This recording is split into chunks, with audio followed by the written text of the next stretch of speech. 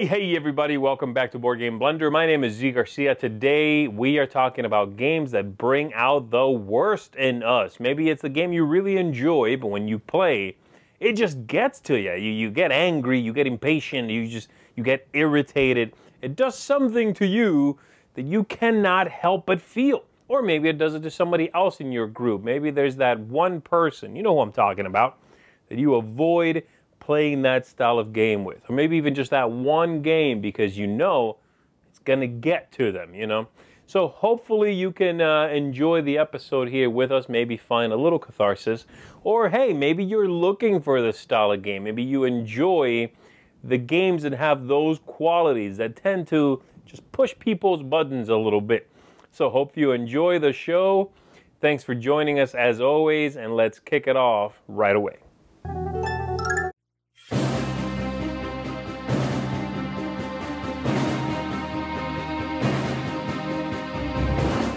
Howdy folks, welcome to the Two Player Showdown. I'm Hunter. I'm Rebecca. And the theme for this show kind of threw us for a loop because we play games to have fun, and if we're getting upset or angry about a game, then it's not really serving its purpose. That's true. We really don't play a lot of games, any game that brings out the worst in us. I'm trying to think of something. But we do like to get competitive, and we do that in a fun way, but we do also smack talk. Would you consider smack talk to be a negative thing? I think some people would consider smack talk, but if you get the right group and you're hamming it up and you're talking smack and telling people what they're doing wrong and what you're doing right, that can be a lot of fun. Die, sucker! You missed. You gonna hit me? I don't think so. Oh, guess who's wrong? What the world needs now is love. Yes! Let's do this! Yes! Oh, you... Yes! Oh! Yes! Oh. Yes! Good sheriff. There are four chickens. Real live animals. 4 chickens in this bag. I would never lie to you. You would never lie to me. Never. Oh, let me count the ways. I am but an honest merchant here. Not selling it to me here. In fact, I will give you 3. No, I said 4. 4 coins to open my bag. You give me... Wait. You give me 4 coins to open it? I dare you. Go ahead, open it. 4 chickens. Real live animals. Chickens. Are in that bag. 4 coins. Go ahead, open my bag. Go ahead. I do the math here. Whatever. I don't want to lose money. I would never tell a lie. See? Chicken. Chicken. You stupid cheater! I'm not cheating. Okay, we do talk a lot of smack in every game we play. But I did just think of a game that we played recently where we actually got kind of mean with each other. Ah, Jorvik. Ah, yes. That was fun.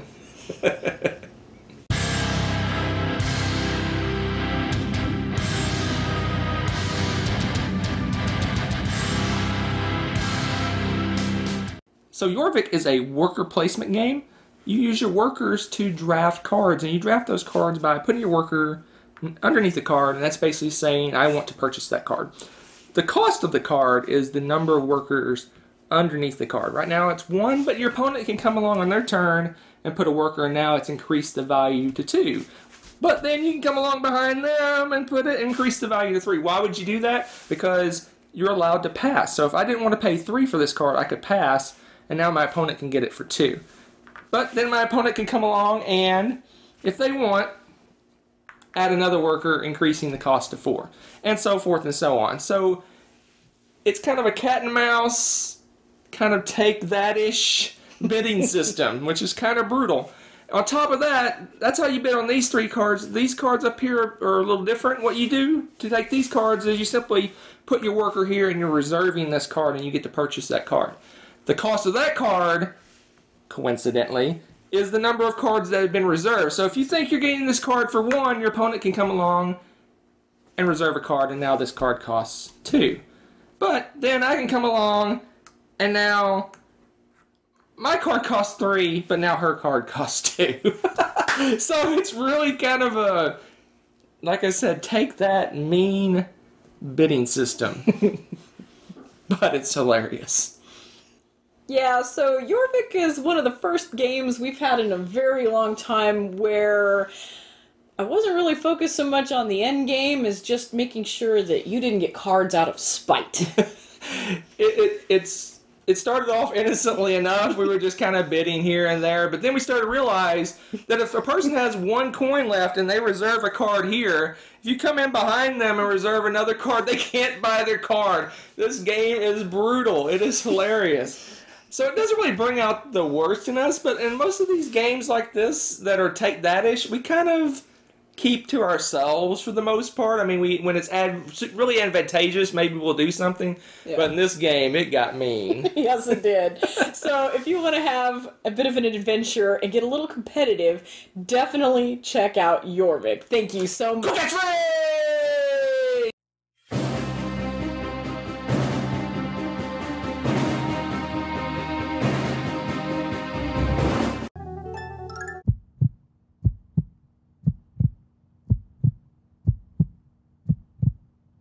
Hello everyone! I'm a very competitive person and there is one genre that really gets me going, and that is speed games. Since I was very little, we've been playing this at home a lot, and there is one very special fruity one that we've played the most, and that is Halligalli. In Halligalli, you try to be the last one standing by depleting everyone's stack of fruit cards except yours. In turn order, everyone turns over their card, and when there are 5 fruits of one kind, you have to react as fast as possible and ring the bell.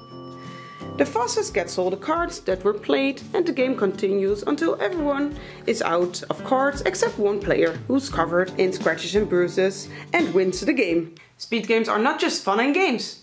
Speed games have certain rules that you always have to follow, because otherwise people like me get very aggravated. Rule number 1, and this one is very important if you don't want to aggravate me.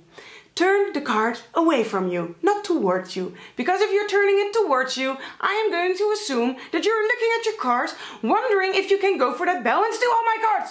So please, don't. Just don't do it. Turn your card away from you. It's so important. Otherwise you cannot play this game with me. Rule number 2. Be fast when playing your cards. I'm living in a hyper-reality when I'm playing Halligalli, in which every second just feels like a year. Don't let me wait a year. Please don't. Because then you have a whole year to think about how you're going to take my cards. Just don't do it. Be fast, please. And finally, number 3. Please, for the sake of others, make sure your nails are short. The last time, and I'm really not joking, the last time I played Halligalli, we had to stop because I was bleeding all over the cards because another girl had scratched open my hand with her long nails. My hand was looking the same color as my lips right now, and that's not the color I want on my hand. So please wear your nails short, because I don't want to die when playing Halligalli. So now I'm of course very curious to know if there ever was a game that you had to stop because of physical injuries. Maybe you were playing real life Robo Rally and someone pushed you off the conveyor belt, or a game of Cold Express got a little bit too heated. Let me know in the comments below, and hopefully we can laugh together about it.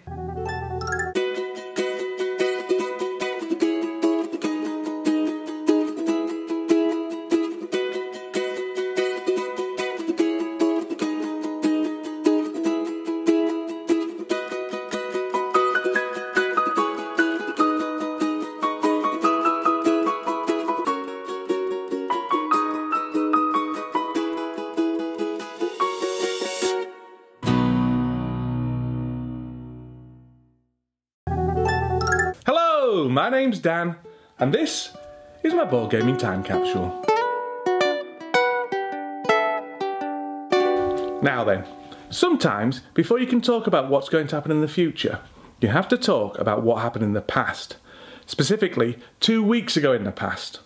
On my last Board Game Blender segment, I said, I can see it now. They'd rebrand it to fit their Snow White and the Seven Dwarfs franchise. We'd have Snow White, Happy, Grumpy, Baldy, Bashful, Punny, Goofy, and of course, Cretin.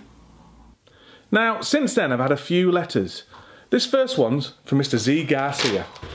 It says, Dear Dan, you do realise I've got full editorial control over this show.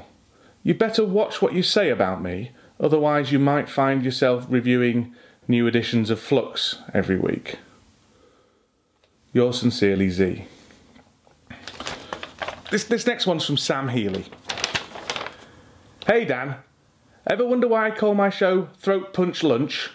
Well, you're about to find out, Sam. And this next one is from Board Game Breakfast, Voice of Youth, Matthew Jude. To Dan, what does cretin mean? Matt.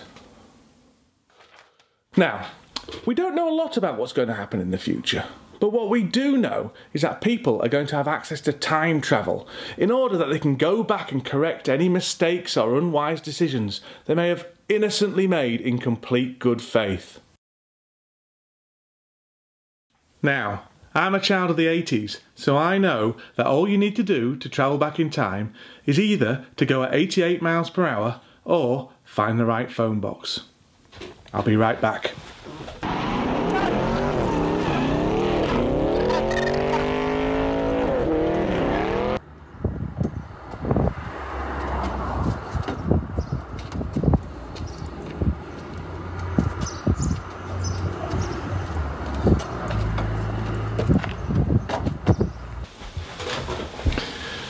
It seems the technology is not quite there yet, but it will be one day, you mark my words, and that's why we need to prepare the people of the future to go back in time.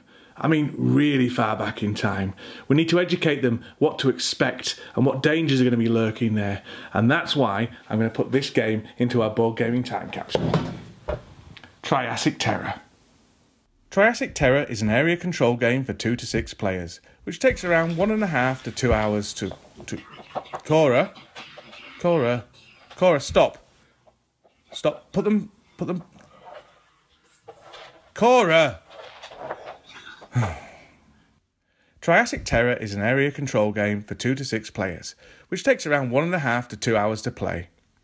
In the game, you control herds of dinosaurs growing and competing to dominate different habitats in a prehistoric landscape. Don't be fooled by the toy dinosaurs and little cute Dinomeeple though. This game is just about as mean and nasty as they come. Whether it be smashing your opponents with your T-Rex, slaughtering them with your Raptors, or swooping down and gobbling them up with your Pterodactyls, this game never passes up an opportunity to let you crush your enemies, see them driven before you, and hear the lamentation of their Dinomeeple. Now, if I'm honest, I'm not usually much of a fan of aggressive games like this. As you know, I'm a very gentle soul who'd never pick on or bully anybody. However, Triassic Terror is just so good it overcomes my natural pacifism and turns me into a raging monster. Plus, you get to play with little plastic dinosaurs. Never underestimate the attraction of playing with little plastic dinosaurs. Rah. And so, all that's left to do is to pop Triassic Terror into our board gaming time capsule.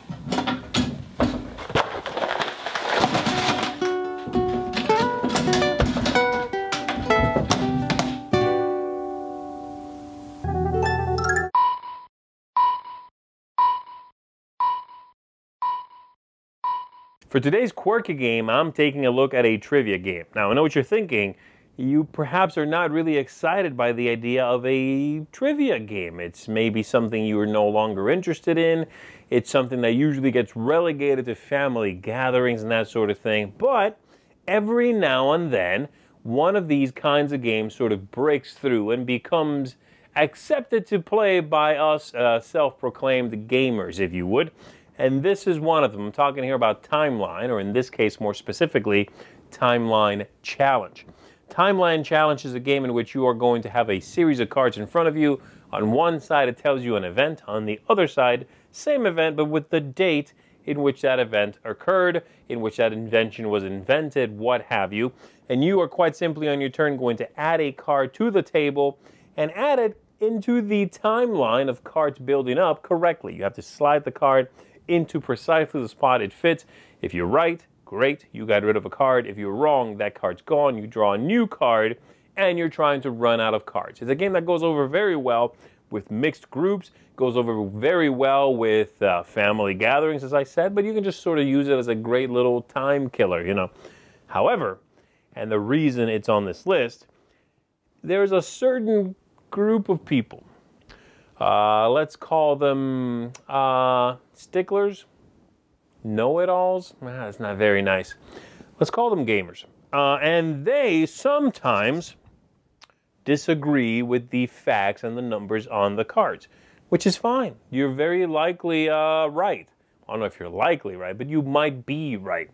However, I want to play the game. And so these are the kinds of people that, as you're playing the game comes with quite a few cards. You'll take a card, or they'll take a card. It's never you. You'll take a card, and they'll add it into the line. They'll flip that card over and immediately disagree. It's wrong. And so we have to take a break from the game, from them to jump on Wikipedia or something. Probably not Wikipedia. This person's way too sharp to be checking Wikipedia. They'll find some website where they can look up the correct date while the rest of us sit there waiting for them to figure it out, as opposed to just accepting that maybe it's the wrong date on the card, or maybe you're not right, discarding the card, drawing another one, and continuing. Maybe check it later, you know, write down a little note. It might be an interesting thing to pursue, to find out why the game listed it at this date, but you know it's wrong. And so playing with those sorts of people can be a little bit irritating, let's say. It can slow down the game. It can make a trivia game, when this is a trivia game, a little less than fun to play with, you know. This happened to me one time playing a game in which you were supposed to know animal facts. And whenever I would make a guess that was clearly, wildly erroneous, they had a good chuckle, which was also irritating, because at that point are they not only making fun of the game and whoever did the research for the game, but they're directly making fun of me and how dumb I am. So there's sometimes people like that, and I would just suggest that if you are someone that is a stickler for facts, if finding something that seems to be off does bother you, jot down a note, check it later after the game's over, because we want to keep that flow going, you know. We want to keep the game to its intended length. We want to keep the intended atmosphere right there at the table. And so I think Timeline is a game that can do that. I've seen it do that, in fact. I've had experiences where someone does have that moment where they go, whoa, this is wrong. I need to look this up right now. And the experience, the vibe is lost a little bit. So that is my suggestion to you if you want to play this quirky little trivia game, which is fun. It's exciting. I would recommend it, again, especially for a mixed group.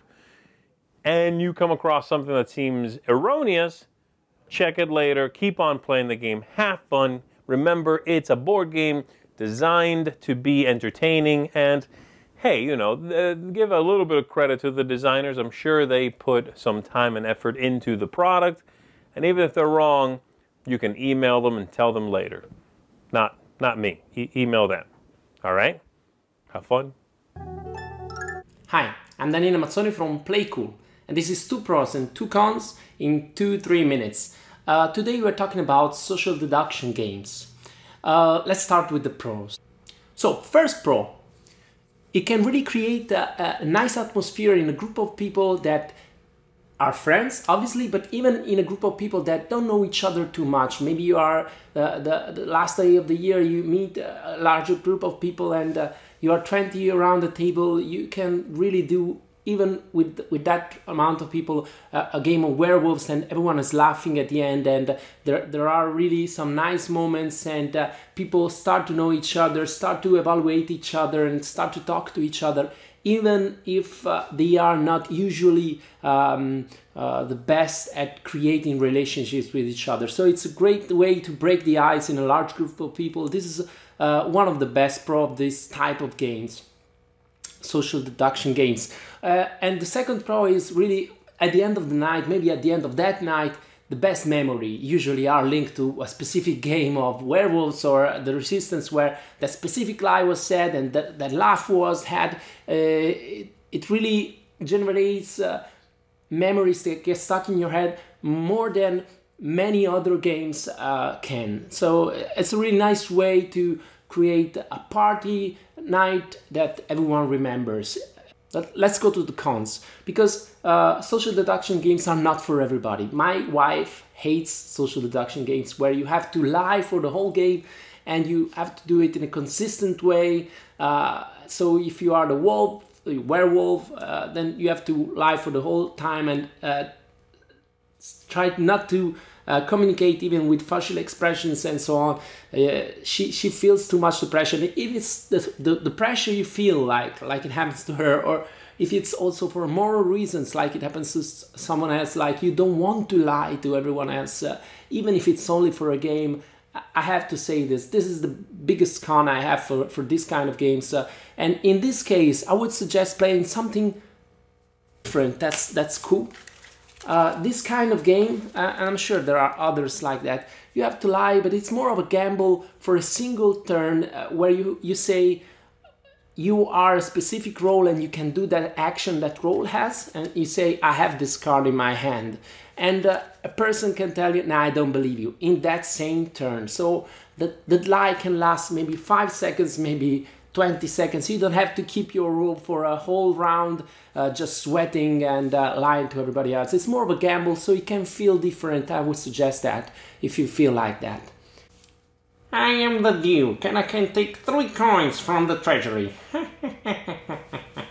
Well, I don't believe you that you are the Duke. You cannot take the 3 coins from the treasury under my watch. You show me that card. Well, I am the Duke instead. I am. Well, no, I'm not.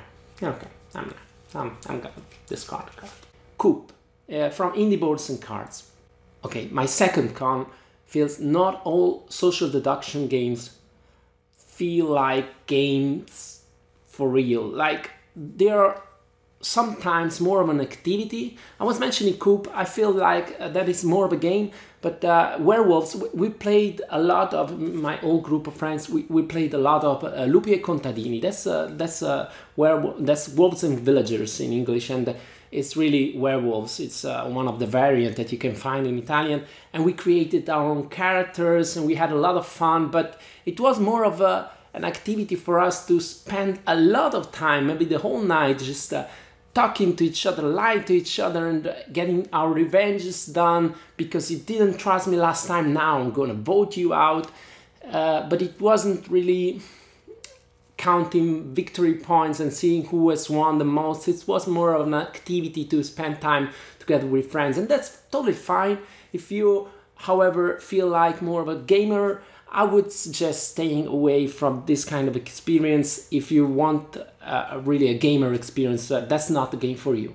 But that's only partially a con. It's just that you have to be aware it's a different type of experience. A lot of fun though with social deduction games. Lately I play a lot less though. I play more of a cool type of experience, as I said, but these games are a lot of fun. I hope you're having fun too with your friends. Have a nice one. Ciao. Why, you're not the Duke. You're not the Duke. You cannot take the 3 coins from the treasury. You cannot. Was it Italian enough?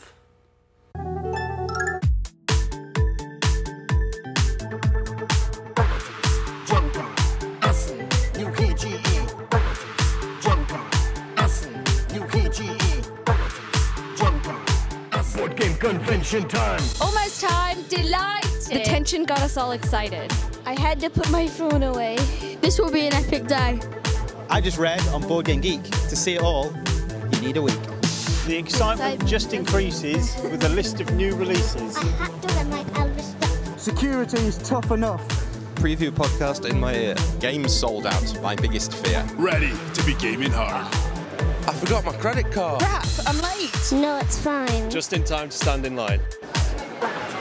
Gen Con, SPGE. It's time.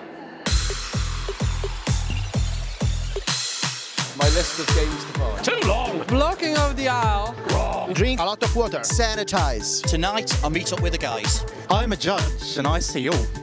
I'm gonna catch them all. I'm playing tournaments all day. Laser Squad is here to stay. This here is the best game ever. We're trading kids. Oh, whatever. Make a list because, oh man, I am lost without a plan.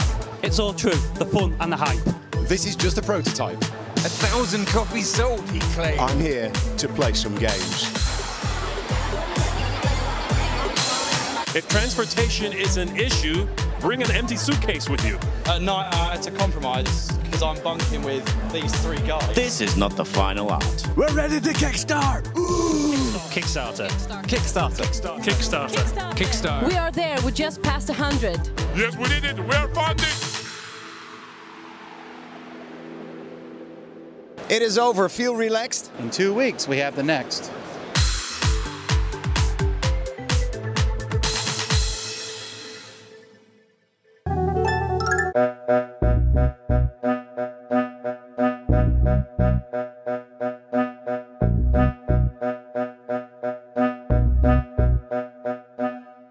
Hey everybody, welcome to Respect Your Elders. In this segment, we're going to be taking a look at games that have utilized mechanisms from games that came before and did so very respectfully, or games that have done something some time ago. We've forgotten about these games. There are games now doing very similar things, and yet we have forgotten about these older games. You have forgotten to respect your elders. So, we're going to be taking a look here today at Boomtown here, a game that came out in 2004 from Bruno Faidutti and Bruno Cathala. This one's now over a decade old, and this one has a little bit of both of those things.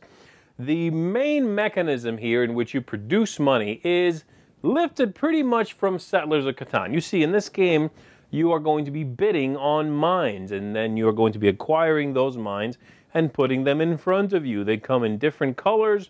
They have different numbers on them and different payouts. And so, once you have done a bidding round and you've acquired maybe some of these mines, you're going to take 2 dice, you're going to roll those dice, and just like in Catan, whatever number comes up, those are the mines that are going to produce. So, for example, in this case, I have rolled a 9. I would take a look at these, and if I have this one that has a 9, ka-ching, I just made that much gold, and I put that in my stock. And so that's how you make money. However, this game has taken that mechanism and added a whole lot of mean and angry to it. This is a game that if you don't like confrontation, if you like building up your things and not having anybody mess with you, well, stick with Settlers. That has a little bit of that, a little less of that in it.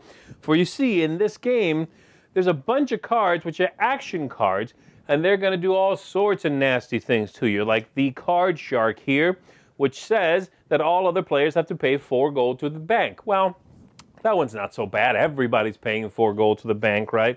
Well, what about this hold-up here? The hold-up says that the player is going to pick a target number, they're going to roll dice, and they are going to steal that much gold. And so if I say, I'm taking 7, let's go for that nice bell curve, roll 2 dice. If I get 7 or anything above, I'm taking 7 gold from just you to me. And then we have also, of course, the dangerous mines here, and these really can drive people up the wall. These are very volatile, but they pay out quite a bit. If you roll a 6, which is very easy to do on 2 dice, 2 6-sided dice, you are going to get a lot of gold, 7 gold in this case. However, if anyone rolls a 2 or a 12, you're done. This mine's going to blow up, collapse, and you've just lost it. And there's nothing quite as satisfying or maddening, depending on where you're sitting at the table, as having one of these, buying it this round, and then some clown rolling a 2 and busting this thing up. All that gold, all that effort wasted. And then last, but certainly not least, or as I like to say, lastly, but certainly not leastly, we have Dynamite here, and Dynamite is really fun. It simply says, destroy, target, mine, or saloon. You can just, if you earn this card, if you're the one who bid for it and you purchased it, you play it. Somebody else's mine or saloon is just gone. It doesn't matter if they had built it up. It doesn't matter how much effort they have put into it, because you can do those things. You can improve your saloon, your mine with a saloon. It's just gone. And so, yeah, this game can certainly make people a little volatile, let's say. It can get under your collar a little bit. But it's one that a lot of games since have done similar things. This idea of mixing mechanisms that come from Euro-style games. Things like bidding, things like set collection, things like improving your little tableau, if you would. And nasty cards. Stuff that blows you up, sets you back, takes your stuff, And this came out, as I said, in 2004. So Catan was certainly before that, and this one takes those mechanisms. But so many games have come out afterwards that do similar things. And yet, this game, Boomtown, is largely forgotten. It's a game that is, as of right now, not in print, in English anyway. I believe there is a print, a run of it available in French with now a pirate theme. But here in the States, as far as I know, it is not available. It's been out of print for some time now, and it's a really neat game. It's a game that really does strike that balance very well between, the take that sort of aspects to it, and just trying to have your little mining conglomerate up and running and trying to make some money. So it's a neat one. I recommend you maybe hunt it down, read up on it a little bit if it sounds interesting, and always remember to respect your elders.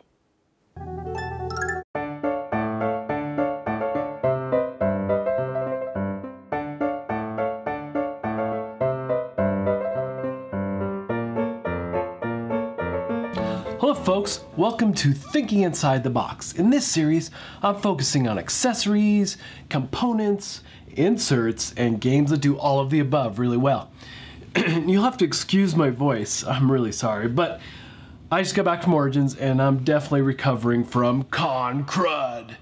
Alright, so while at Origins, I played so many great games and saw so many neat things. However, the thing I'm most excited about, I got some samples for the Component Collector from Dogmite. Now, I was blown away by these things, right? Because I'm a huge organization guy, and these are for gameplay. You can use them individually, or you can use them collectively for the table. To hold, anything from coins to tokens, and they even come with their own dice trays. So cool. All right, let's break it down and take a closer look at how these work. So as you can see, they come strapped, and we'll put this one to the side for now. The way this works is you pull the strap off and you're just gonna put it to the side. It really isn't part of other than for storage. So it just comes off. And the cool thing about these trays is that they all have this little circular notch at the top. And basically you always want to have that away from you for the magnets to work properly. And this is the dice tray. It's just so cool. And the other neat thing about this solution, they're up on Kickstarter right now, and they have so many different types of wood that you can choose from. And like I said, there's all these configurations for different ways to pull accessories together for a gaming experience. And again, you can configure this into any kind of configuration that you want. And the magnets hold it all together for the table presence. It's pretty slick. We've got some nice oval cutouts, we've got some squares, we've got some individual squares, we got they've got trays that will hold cards in front of you upright, and some great trays for like coins. So, in a typical game, I don't know that you would use all of this unless you're like in a heavy dungeon crawl or something like that, you might use all the trays at once. Typically I could see using like maybe 4 trays and the dice tray for any typical type of game. And again, this can cover all types of games. You don't need to do anything specific. And that's what's so cool, is that you can totally customize it for any of your needs. I'm just super, super impressed with this system. And again, they come in all types of different woods. I believe the starting price on these is like $44, and it goes up from there based on the different types of wood that you choose. So it's really in your hands to customize it however you want. And all these trays, you can pick and choose which type of trays you want for your system. And I know they've already made some changes from even these prototypes based on comments from users. And that's pretty slick that they're so responsive to people. And I believe that the trays are going to fit a little snugger in the dice tray slot so things don't kind of flop around as much. But the other really neat thing, like I said, is that so many games, it's configurable for so many. And you know what? Let's take a closer look at some of the beautiful pictures that Dogmite has come up with and showing some different game examples. And I'll see you on this other side.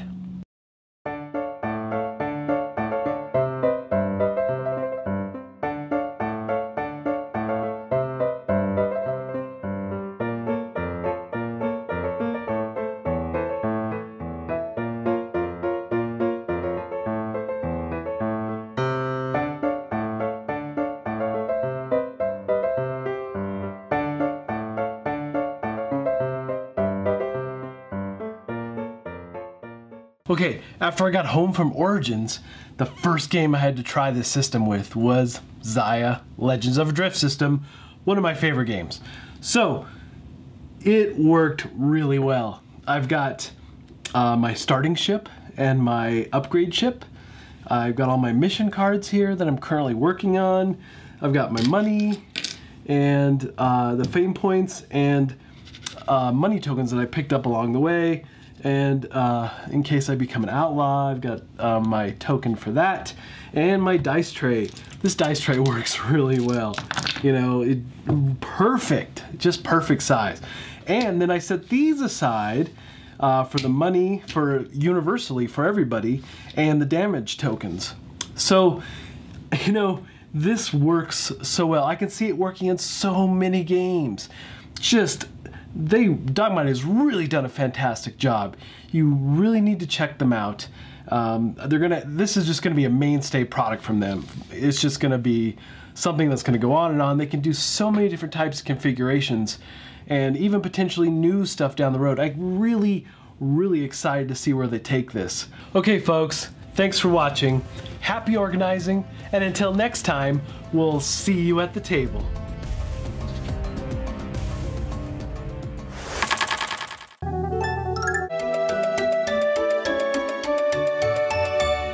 It seems like we're safe here inside the colony, but food is becoming scarce and we'll need some other resources as well. We won't survive if we just stay here and keep building barricades. Some people need to go out and search for supplies, but we shouldn't send Edward. I don't trust that guy. And they cannot take the car because we might need the fuel to avert the next crisis. Oh, and did I mention there are zombies all over the place? Hello everybody, my name is Robert and I am the Co-op Gamer. And today I want to talk to you about Dead of Winter. Now the theme for today is games that bring out the worst in players. And usually that's not something that happens when you're playing co-op games, since these are all about helping each other and working towards a common goal. But that's where semi-cooperative games come in. And Dead of Winter is such a game. In Dead of Winter you still have a common goal, such as survive 5 rounds. But every player also has its own personal goal. For example, have the most survivors in your following, or have at least 3 medicine cards in your hand. To win the game, you have to fulfill both your personal goal and the main goal. But the game ends when the main goal is completed. However, it's possible that one of the personal goal cards is a betrayer card. In that case, you still have a goal to fulfill, but you don't want the main goal to be completed. Now, other than you might expect, the thing that brings out the worst in players actually relates to the non-betrayer players. And that's because of the personal goals. You'll have to complete this personal goal before the main goal is completed and the game ends. Otherwise, you'll still lose. So there may be times when the main goal is almost completed, but a player knows they won't be able to complete their own goal. At that point, it may bring out the worst in that player if he has the mindset, if I can't win, no one can. From that moment on, instead of playing with a possible betrayer, you'll have an extra player that actively tries to sabotage your plans. Of course, you can still vote to exile that player, but it will probably be too late. However, this is still one of my favorite games. I love the fact that there's a lot of tension in every game, and that it's a zombie game in which the interaction between the players is more important than the zombies themselves. You never know who you can trust. The game is also pretty hard, so winning can be a real challenge. That's it for me. I hope to see you next time, and since I also wanted a cheesy catchphrase, continue to cooperate. And that's going to do it for us, everybody. As always, a big thanks to you, big thanks to my contributors for their wonderful and fun segments. And I hope to see you again for the next episode. But until then, as always, stay a friend of the bland. I'll see you next time.